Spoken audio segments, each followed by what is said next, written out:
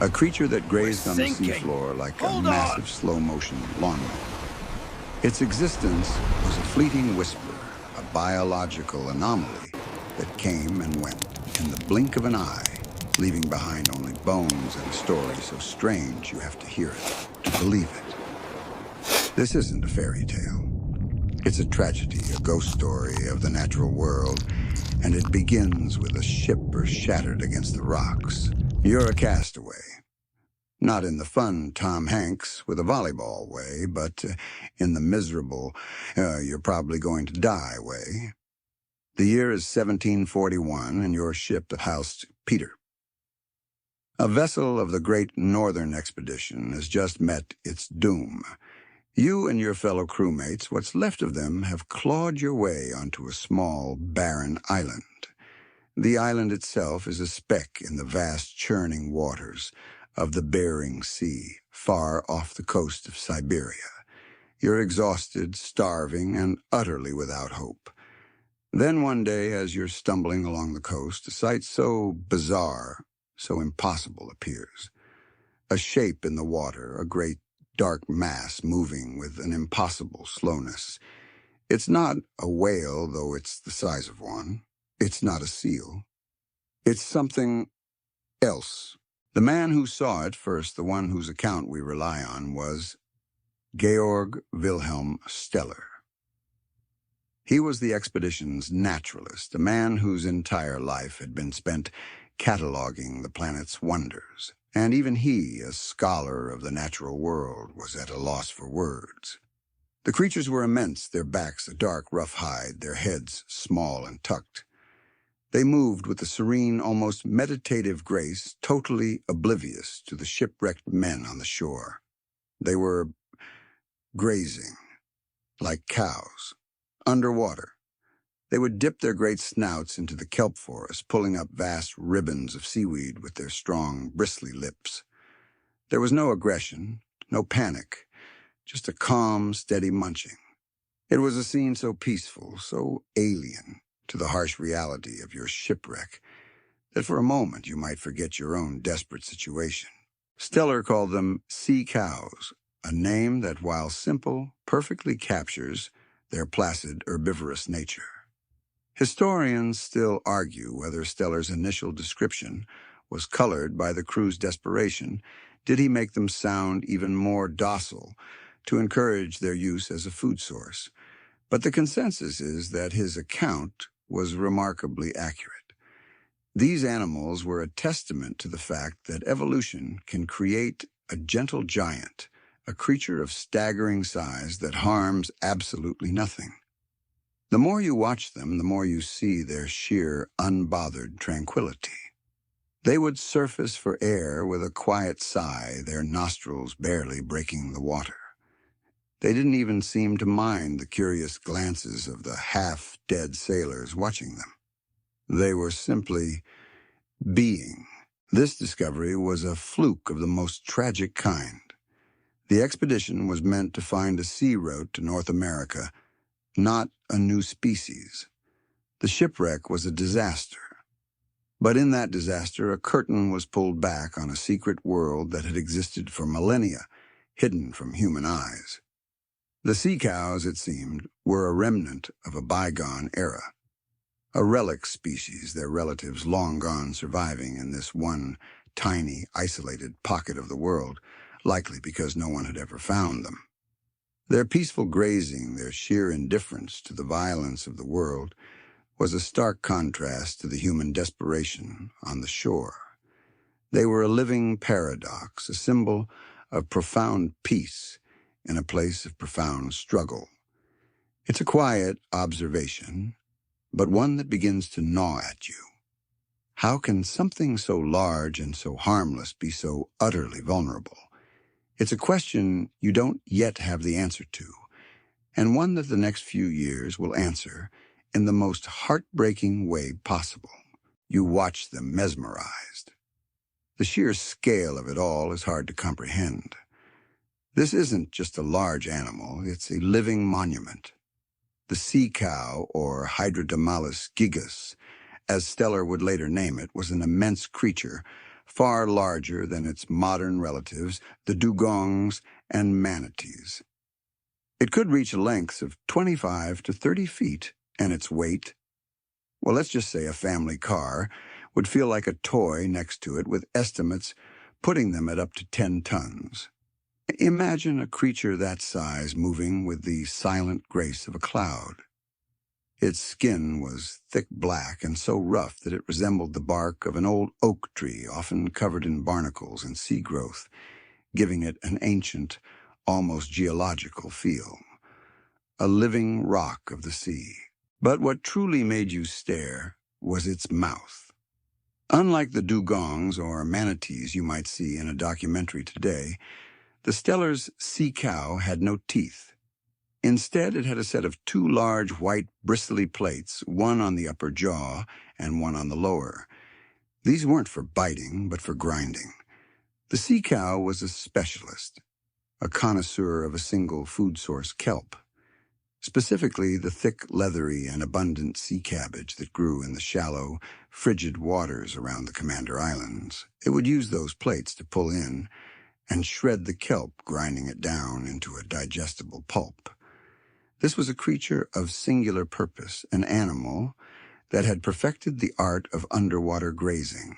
This placid, herbivorous diet made it, by all accounts, one of the most gentle animals you could ever imagine.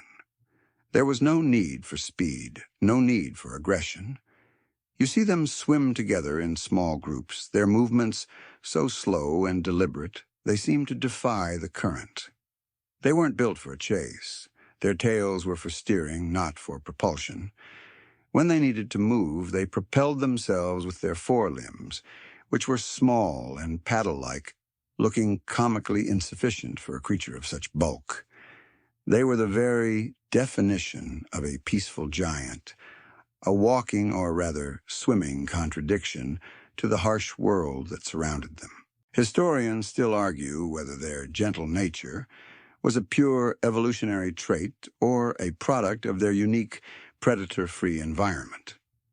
On the Komandorsky Islands, there were no polar bears, no killer whales, none of the typical predators that would have forced a large marine mammal to develop defensive instincts. For millennia, they had lived in a state of quiet grace, their biggest threat being the occasional rogue wave or a particularly strong current. You could almost touch them as they swam past the shore. They were completely unafraid of you and your fellow shipwrecked men. One of Steller's most poignant observations was that they didn't even show a startled response. They just were. This lack of fear, this almost naive trust in their world, is a powerful hook. It's what makes their story so tragic. You can see it even now as you watch one of them surface for a breath, a faint spray of water misting the cold air. They don't look around, don't scan for threats. They just exhale, inhale, and then sink back down to their peaceful kelp pastures. It's a level of serenity you can't imagine, especially after the chaos of your shipwreck. You see a large, dark scar on one of their backs, and for a moment you wonder what could have done that. But Steller noted that these were not from predators, but from scraping against rocks, or perhaps from the barnacles that clung to their hides. A fringe tidbit, but one that adds to the picture of an animal that simply had no natural enemies. No claws, no teeth, no speed. Just a quiet existence, eating and breathing in a world that, for the moment, seemed to be theirs alone. The memory of the shipwreck is a raw wound, a constant gnawing chill that no amount of firelight can chase away. It was on November 6th of 1741 that the St. Peter, under the command of Danish navigator Vitus Bering, ran aground in a furious storm. You had been at sea for months, a part of the Grand Northern Expedition, a grand, ambitious, and ultimately disastrous venture to map the uncharted waters of the Russian Far East and find a sea passage to North America. The goal was glory. The reality was a miserable struggle for survival. The ship, battered by gales and weakened by rot, was a wreck long before it hit the rocks. When it did, you were thrown into a freezing purgatory, clinging to wreckage and hoping against hope that you'd find land before the sea claimed you. And land you found. But it was no paradise. Bering Island, a desolate finger of rock and tundra, in the Commander Islands offered little more than a freezing, wind-whipped refuge. It was here, in this bleak and utterly hopeless place, that Stellar and the remaining crew made their discovery. For Stellar, the shipwreck was a scientific goldmine in the middle of a personal hell. While the others despaired, he was busy, cold, miserable, and sick with scurvy, but still relentlessly observing and documenting. His journal entries from this period are a fascinating blend of scientific rigor and abject human suffering. He describes the daily grind of survival, the constant fear of starvation, and then in the very next paragraph, he'll meticulously detail the anatomy of a new bird species or the unique habits of a local fox. The discovery of the sea cows was a silver lining in a very dark cloud. At first, you and the crew saw them for what they were, a source of food. A gigantic, slow-moving, and seemingly endless supply of meat. The initial hunts were not about sport or profit, but pure survival. Stellar describes how the men using makeshift harpoons, fashioned from iron and rope, would approach the sea cows in small boats. The sheer placidness of the animals was unsettling. They didn't flee. They didn't fight back. They would simply allow it to happen. Stellar noted with a sense of wonder and sadness that they showed no fear, only a kind of bewildered curiosity, even when their companions were being dragged to shore. This was a fringe tidbit that spoke volumes about their evolutionary isolation. They had never encountered anything that wished them harm, and so they had no concept of danger. The meat, Stellar wrote, was delicious. It was described as a rich, sweet beef that tasted like the finest cuts of a land cow. The fat was also highly prized, described as a rich, sweet oil that could be drunk in large quantities without any unpleasant aftertaste. It was this discovery that saved you and the rest of the crew. Without the sea cow, the shipwrecked sailors would have surely starved to death. But with it, you had a caloric lifeboat, a living larder that provided sustenance through the long, brutal winter. It was this very interaction, survival through exploitation, that set the tragic stage. The men of the St. Peter were not cruel. They were desperate. They were simply taking what the unforgiving environment had to offer. Historians still argue whether Stellar's initial description of their taste and docility was an ethical dilemma. Was he setting them up for their eventual demise by painting them as an easy, delicious food source? Or was he simply a man of his time documenting what was necessary for survival? It's a thorny question, one that gets to the heart of human nature when pushed to the brink. For now, though, all you know is that the immense, gentle creatures swimming just off the shore are the only thing standing between you and a slow, frozen death. And you eat, and you survive, and you wait for rescue that may never come. The Komandorsky Islands, or Commander Islands, as they are more commonly known in English, were a world unto themselves. This chain of volcanic islands, where you are now a reluctant resident, is a brutal and beautiful landscape. The land is a mix of jagged black volcanic rock covered in a thin, wind-battered layer of tundra. The air is almost always cold, even in the fleeting summer, and the constant wind whips up the sea into a frenzy of whitecaps.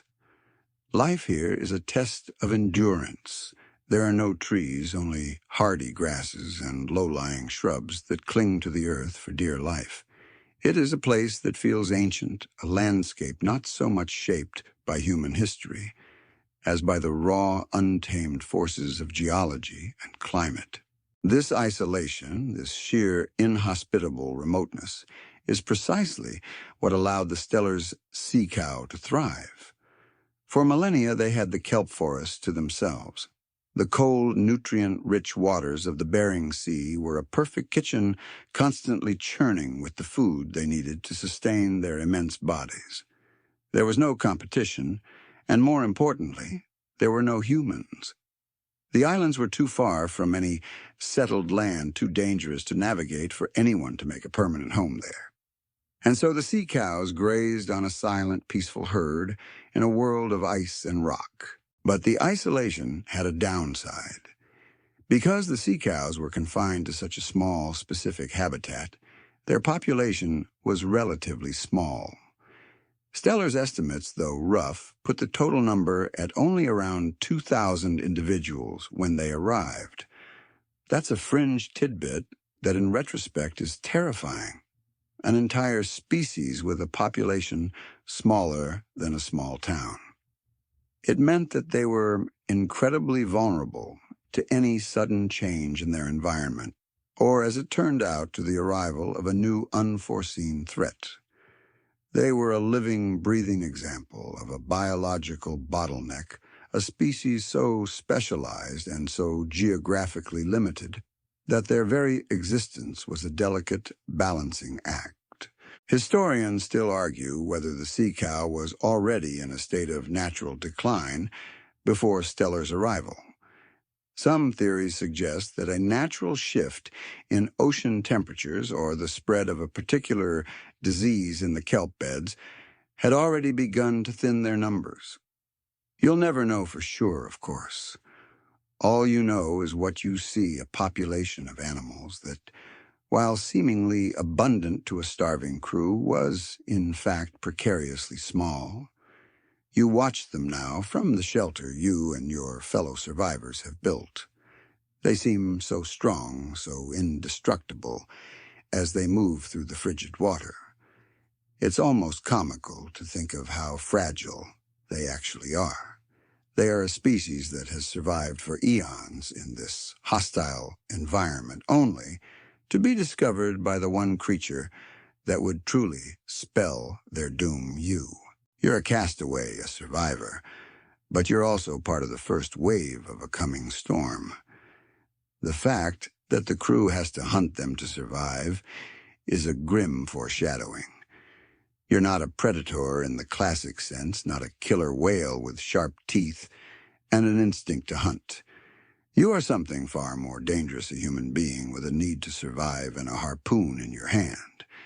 And the sea cow, with its utter lack of fear and its boundless, trusting nature, is the perfect heartbreaking target. You might even feel a pang of something like guilt, a quiet sadness as you watch one of them being dragged ashore. It's a feeling you'll have to bury deep for now. There are far more pressing matters, like staying alive. But the image of that peaceful, gigantic creature, so utterly without guile, will stay with you long after the hunger's gone. Let's zoom in on the creature itself. You've seen it from a distance, a great dark shape in the water. But up close, as you stand over a carcass on the shore, the details are staggering. It's a landlubber's nightmare made flesh. The skin, a dark, leathery hide, feels like the rough bark of a centuries-old tree. It's thick and deeply corrugated, an armor against the sharp rocks and the biting cold. Steller called it rugose, and noted that it was often covered in a dense layer of barnacles and other marine growths, making it look even more like a moving piece of the seafloor than a living animal.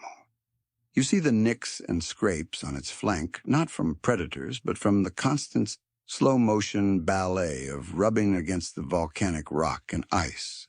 The head is disproportionately small for the massive body, almost comically so. It's a gentle, unassuming face with small, deeply set eyes that seem to hold no fear. The most striking feature, of course, is the mouth. No teeth. Just those two large, white grinding plates. They are like giant molars, but made of a hard, bony substance. You could probably stand and stare at them all day, marveling at the simple, elegant solution evolution found for a creature that needed to process tons of fibrous, tough kelp. Imagine for a moment being a dentist for a Stellar's sea cow, a job description that never existed, but if it did, it would be a very strange one. The body itself is a feat of engineering built for buoyancy and cold. There's a thick layer of blubber, far more than you'd expect, which insulated the sea cow from the frigid waters and gave its meat that prized, rich taste that's keeping you and your crew alive. Its front limbs are small paddle-like flippers, which, to your amusement, you see a bit of a curve to almost like a dolphin's fin, but thick and heavy. A fringe tidbit, but they were perfectly designed to help it navigate the shallow kelp beds, not to propel it through open water. That's a key detail. This was not a migratory animal. It was a creature of a very specific place, a homebody, with no desire to see the world. Its tail was not a fluke like a whale's, but a rounded, rudder-like appendage used for steering. It was a slow-motion submarine built for low-speed, high-efficiency grazing. It didn't need to outrun anything. It didn't need to fight anything. Its existence was a study in tranquility, a creature so perfectly adapted to its niche that it had no need for speed or aggression. And this, of course, is what made it so terribly vulnerable. It was a creature that had never learned to be afraid. Historians still argue whether the sea cow was a truly solitary animal, or if its social structure was simply so loose and peaceful that it appeared to be solitary. What you see are small, loose groups, but they don't seem to have a strict hierarchy or leader. Just a collection of peaceful grazers moving and feeding together, sharing a common table of kelp. There are no dramatic displays, no calls, no complex mating rituals that you can discern. Just a quiet, shared existence. You stand on the shore, the cold wind biting at your face, and you can't help but feel a profound sense of awe. This is a creature that exists outside of your human understanding of conflict and struggle. A peaceful giant in a world of violence. And you are a part of that violence, however necessary it may be. You've watched them graze, but what do you know of their social lives? It's a question that Stellar himself puzzled over. From your vantage point on the shore, you see them in small, loose-knit groups. Stellar noted that they seemed to travel in what he called herds, though this word might be too strong for their placid, seemingly indifferent associations. They're not like wolves with a clear alpha. There's no obvious pecking order. They simply exist in proximity to one another, a collection of gentle giants sharing the same kelp-filled space. This lack of a complex social structure is a fringe tidbit that sets them apart from many other large, intelligent marine mammals. There's a quiet, almost familial bond you can't help but observe. Stellar's journals mention that when one sea cow was killed, others would linger nearby, circling the body almost as if in mourning. They wouldn't flee in a panic. They would stay, and some would even attempt to nudge the dead animal as if trying to rouse it. This is a powerful emotional callback to their trusting, non-confrontational nature. It's a heartbreaking scene that you witness firsthand. A sea cow, a creature of such profound peace, being dragged to its demise while its companions watch, seemingly unable to comprehend the concept of threat or danger. They're not fleeing from you. They're simply not equipped to understand why they should. This apparent loyalty or emotional connection is a topic historians still argue about. Was it true grief? Or was it simply a form of social curiosity, a natural response to a strange event? You can't know for sure. But from your perspective, cold and hungry and staring at the slow, deliberate actions of these animals, it feels like grief. It feels like they're trying to make sense of a world that is suddenly and incomprehensibly turning violent. They had no defense, no speed to escape, no aggression to fight back with. They simply were. You see one, its back scarred from scraping against rock, with a small young calf swimming close by its side. The calf is a miniature version of its mother, clumsy and curious, and just as unafraid. It nuzzles against her side, and she gives a slow, deliberate turn of her immense body protecting it. It's a moment of profound, quiet love in a world that is becoming increasingly harsh. It's a strange thing, this feeling of camaraderie with the very creatures you're forced to hunt to survive. You and your crewmates are both predator and victim. You're victims of circumstance, forced to take life to preserve your own. They are victims of their own gentle nature, a perfect evolution for a world that no longer exists. They are the epitome of an evolutionary cul-de-sac, a species so specialized for peace that they had no tools for war.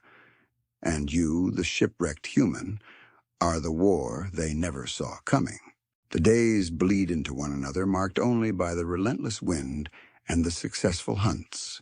You are a ghost on this island, a silent observer of a dying world. Your perspective on the sea cows shifts from one of simple necessity to something more profound.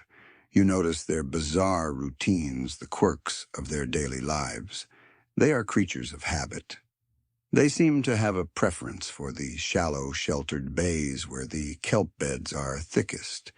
You can almost set your watch by their movements as they move from one grazing ground to the next with a slow, deliberate purpose. A fringe tidbit that Stellar noted, and you can confirm, is their surprisingly social hygiene. They would often gather near freshwater springs or river mouths that flowed into the sea. There, they would roll around on their backs, scratching themselves on the rocks. This wasn't just a minor habit. It was a way of life, a kind of self-care. It was a funny and heartwarming sight, these massive tank-like creatures acting like a house cat, rubbing its back on a new carpet. This ritual would also help them slough off old skin and any parasites that had latched on. It was a bizarre and endearing trait for an animal so immense and seemingly prehistoric. Their vocalizations are another mystery. You never hear a roar or a cry. There is no bellowing. The only sounds they make are the quiet sighs as they surface for air, a gentle exhalation that barely breaks the silence. Stellar recorded a sound he described as a whistle, a low, soft sound that they might use to communicate with one another. It's a sound that you might miss if you weren't listening closely, a whisper in the wind that hints at a more complex communication system than you first imagined. Historians still argue whether this was a true form of communication or simply a physical sound produced by their immense bodies as they moved and breathed. It's an open question, and one you'll never get a definitive answer to. They also seem to have a distinct personality, if such a thing can be said for a sea cow. Stellar described them as timid and trusting, a combination that proved to be their downfall. You can't help but notice it. They don't flinch when you approach. They don't panic when you harpoon one of their kin. They simply exist in a state of serene passivity. You could paddle a boat right up to one, and it would likely just look at you with those small, placid eyes, a look of profound, almost naive innocence. This lack of a fight-or-flight response is the ultimate evolutionary paradox. In a world of predators, it's a death sentence, but for millennia on these remote islands, it was the perfect strategy. No fear meant no stress, no wasted energy. Just a quiet life of eating and resting. You, a shipwrecked survivor, are a walking contradiction to that peace. You are the embodiment of the chaos that their species had never encountered before, and as you watch them graze, a chill runs down your spine that has nothing to do with the wind. You are witnessing the end of an era, a final chapter written by the very hand that is being fed by its last dying hero. The tranquility of the island is deceptive. You and your crew have survived on the sea cow, but your presence has already set a chain of events in motion, a grim preview of what is to come. The first few hunts were for pure survival, a desperate grab for meat to ward off starvation and scurvy. But as the crew regained their strength, the nature of the hunt began to change. The sea cow was so easy to catch so utterly, without guile, that it began to feel less like a fight for life and more like a resource.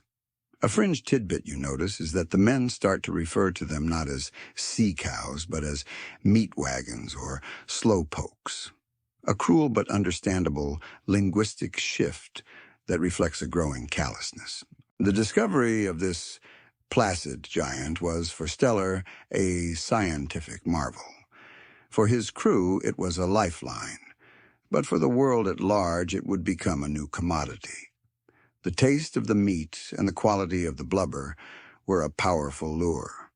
The news of this great, gentle animal would eventually escape the desolate Commander Islands and make its way back to the mainland. You can't know this now, of course, but the word will spread like wildfire.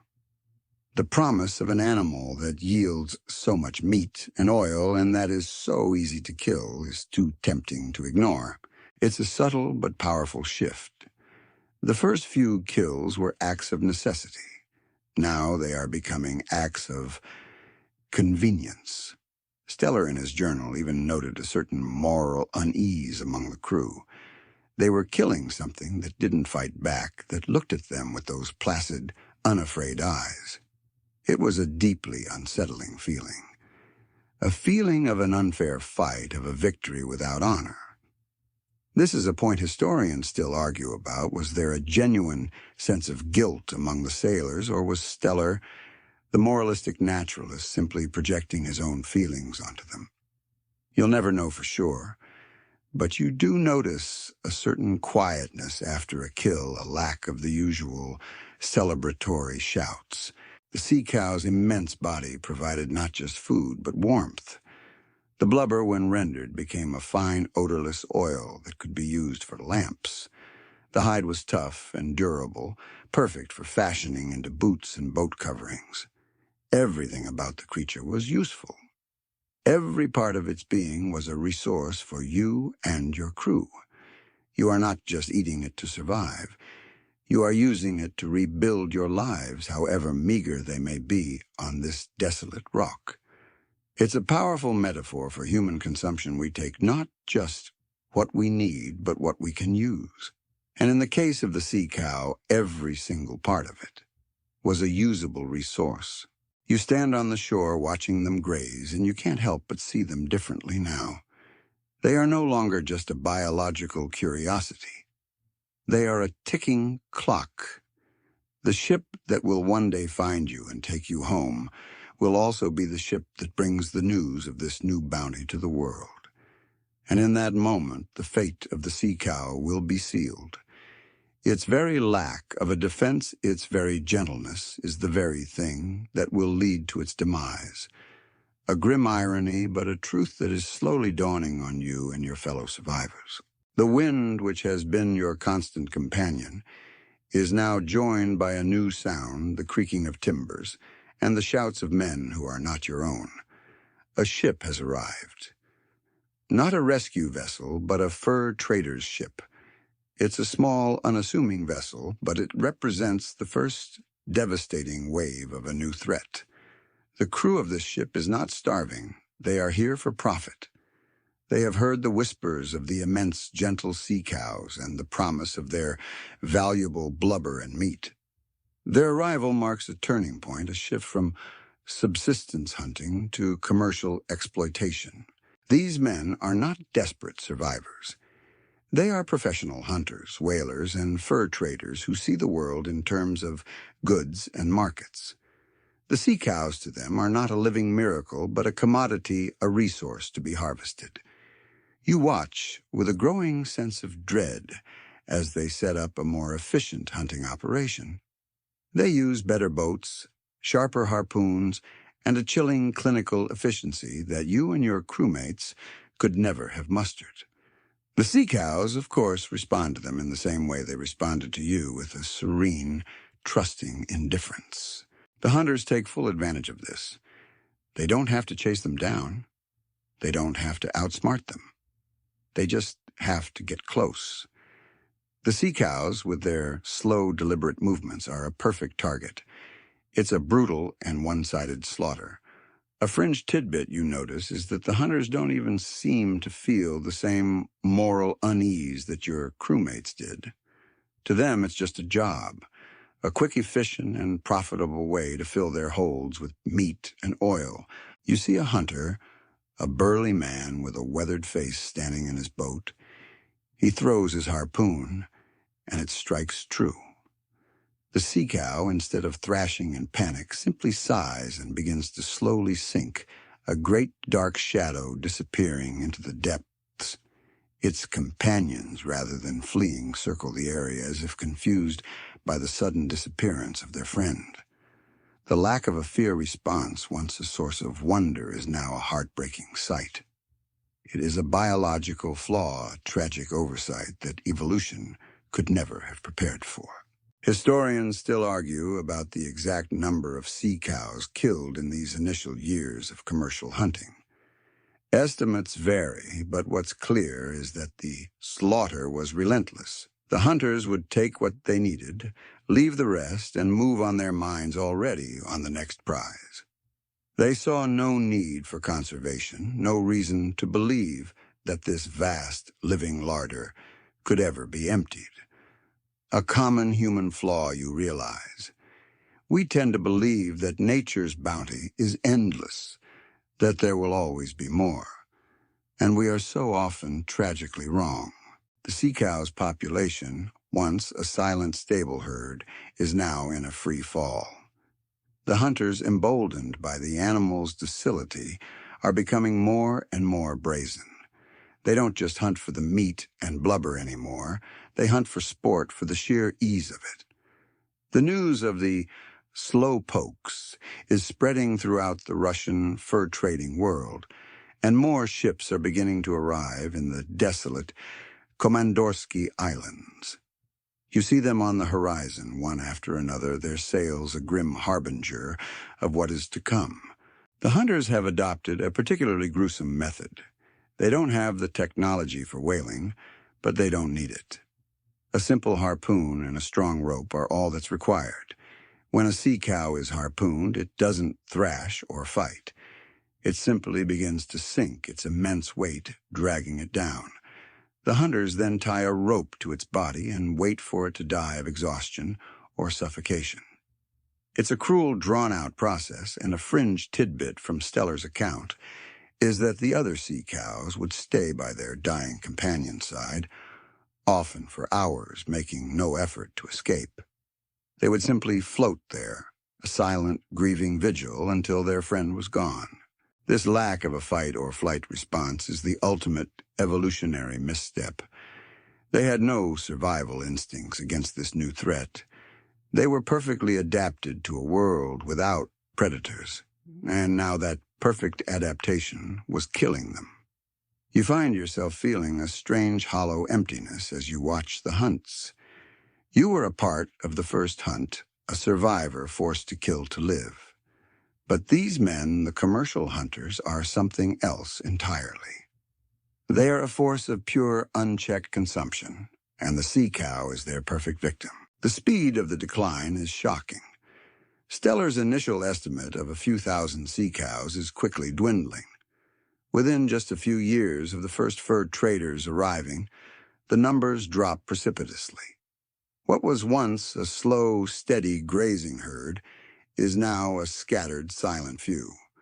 Historians still argue whether a natural disaster or a disease also contributed to their rapid extinction, but the overwhelming consensus is that human hunting was the primary cause. A single species which had survived for millennia in one of the most brutal environments on Earth was now on the brink of non-existence because it was too trusting, too peaceful. You, the castaway, are a silent witness to this tragedy. You see the empty kelp beds where once there were dozens of immense bodies grazing. You hear the silence that has replaced the gentle, watery sighs of the sea cows. Your presence on the island, once a matter of desperate survival, is now a heavy burden. A memory of a time when the world was a little wilder, a little more magical. The sea cow's story, you realize, isn't just about a lost species. It's about a lost innocence.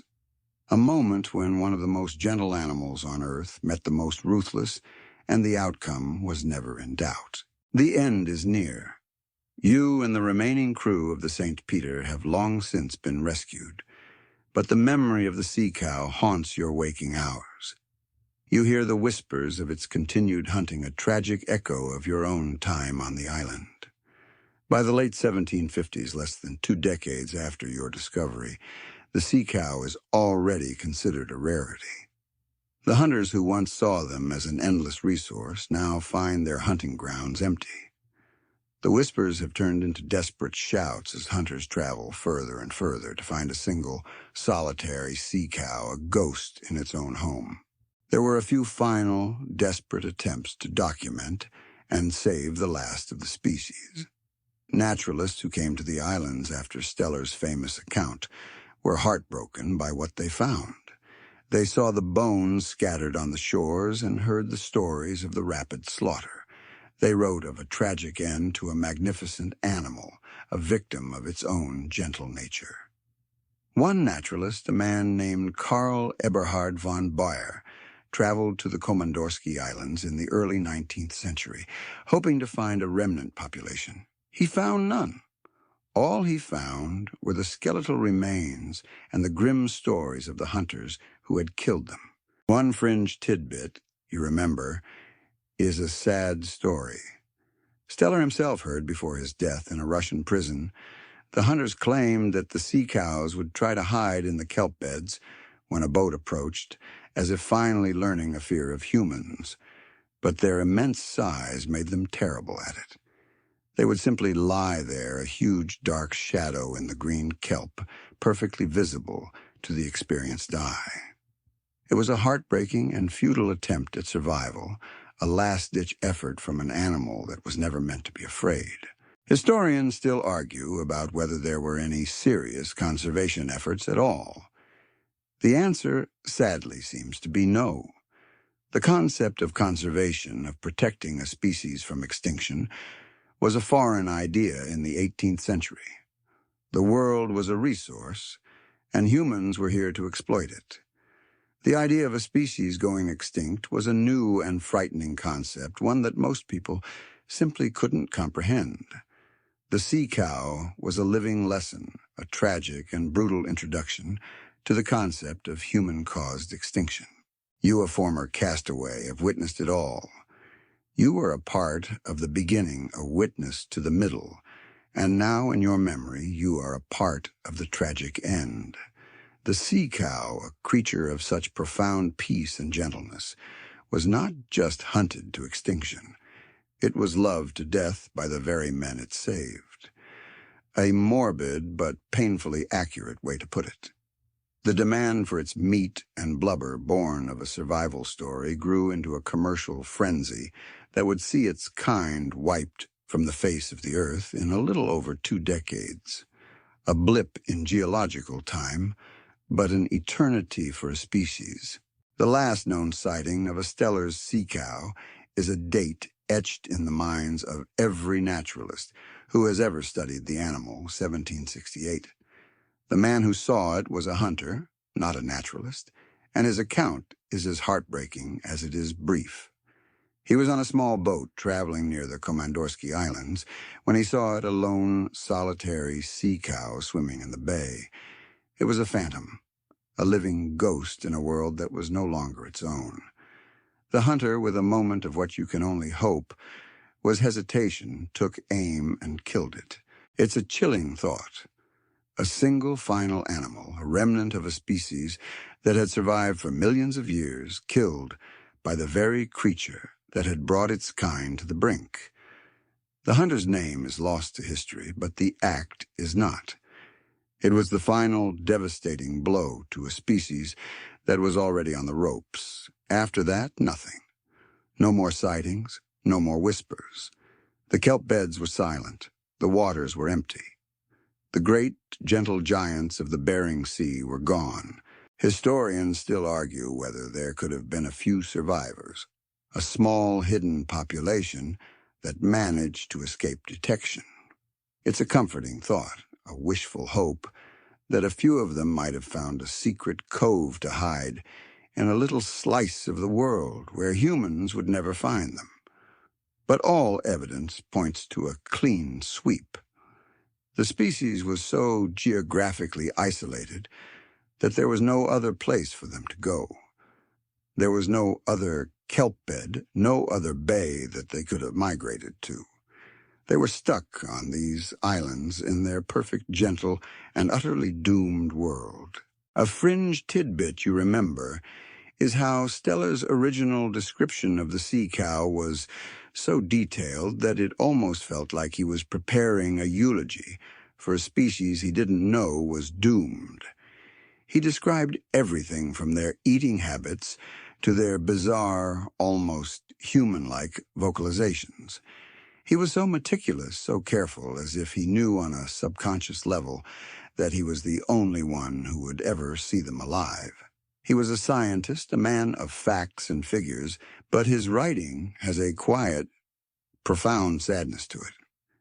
He was documenting a miracle, and in doing so, he was documenting its end.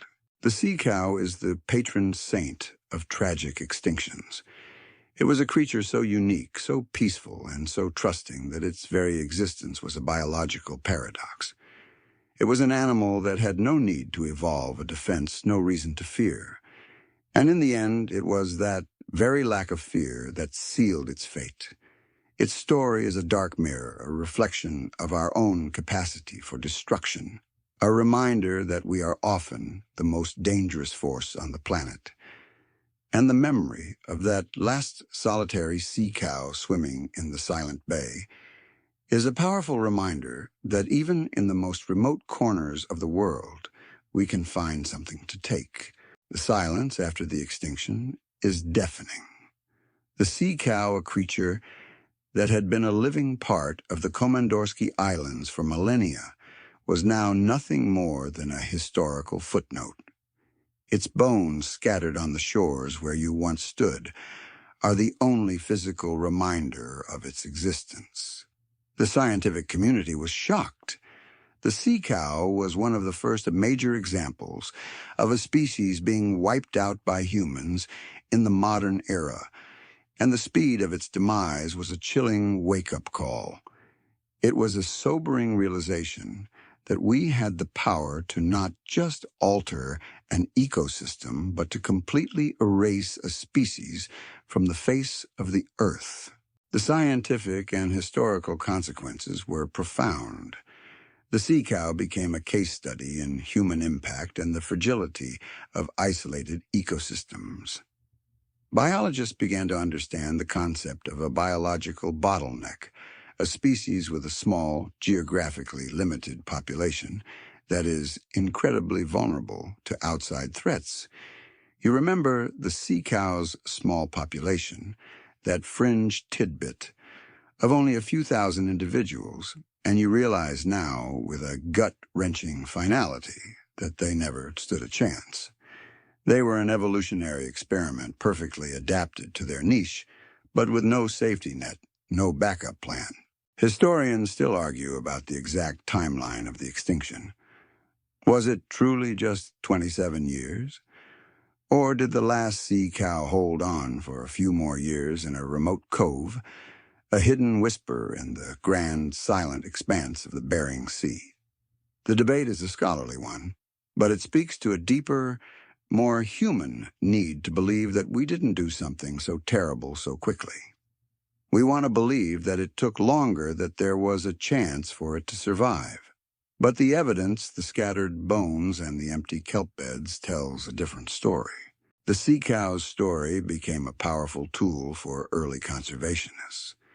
It was a stark example of what could happen when an unchecked resource is exploited for profit.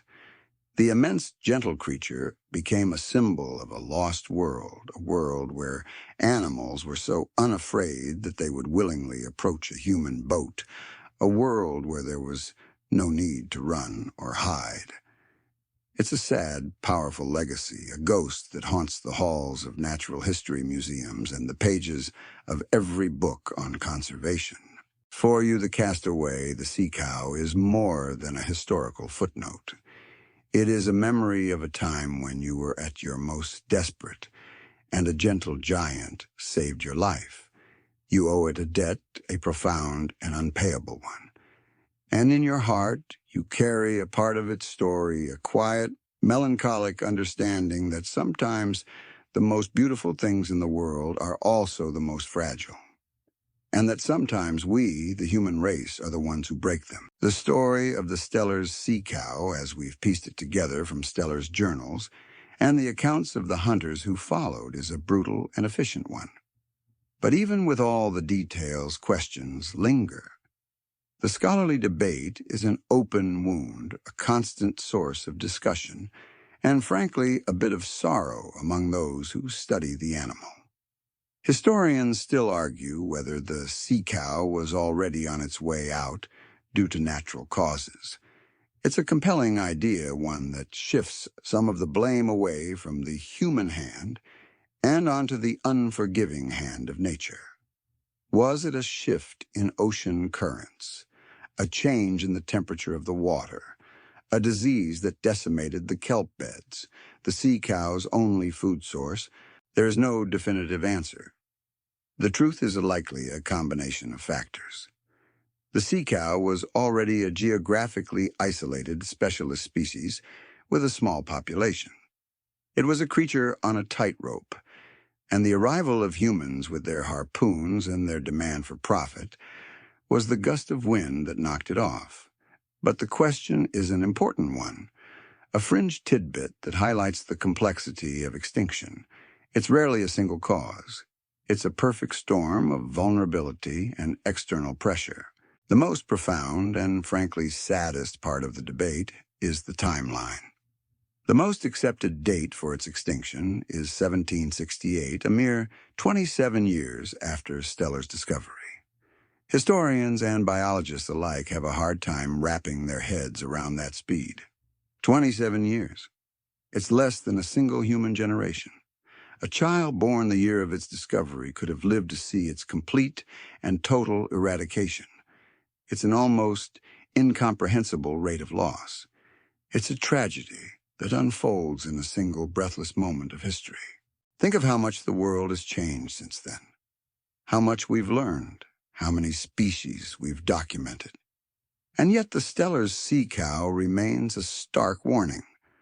The debate, the lingering questions, are a way for us to continue talking about it, to keep its memory alive.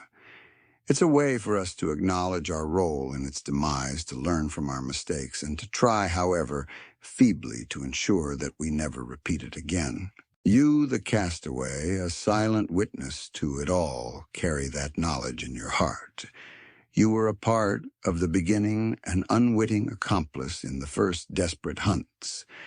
And you are now a vessel of its memory, a living reminder of a time when the world was home to a creature so gentle, so immense that it seemed to belong to a fairy tale. But fairy tales are for children, and the story of the Steller's sea cow is for the rest of us. It's a dark and quiet lesson, a whisper of a lost world, and a reminder that sometimes the most beautiful things are the ones we take for granted. The story of the Steller's sea cow is a cautionary tale, but it is also a story of profound beauty. It's a reminder that even in the most brutal and desolate corners of the earth, life can find a way, and that evolution can create something as wondrously gentle as a 10-ton underwater cow. We remember its peaceful grazing, its bizarre anatomy, and its utterly trusting nature, not just because it's a good story, but because it's a humbling one. It reminds us that we are not the only ones who call this planet home, and that our actions, however small, can have a devastating impact. The lessons from the depths of time are clear. The sea cow's extinction was not just a biological event, it was a moral one. It taught us about the fragility of ecosystems, the vulnerability of isolated species, and the devastating consequences of unchecked exploitation. It was a tragedy that opened our eyes to the reality of human impact, and it laid the groundwork for the modern conservation movement.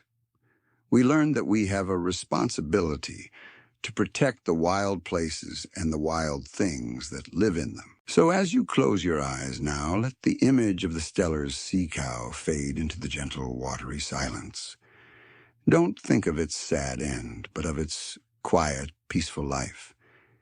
Imagine it grazing in the cold, clear waters, a great, dark shape, moving with a serene grace.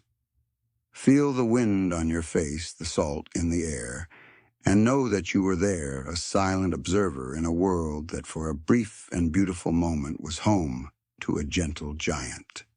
The story is over now. The last pages have been turned. The final whispers have been heard. The world has grown a little smaller, a little quieter, and in the silence we can remember sweet dreams.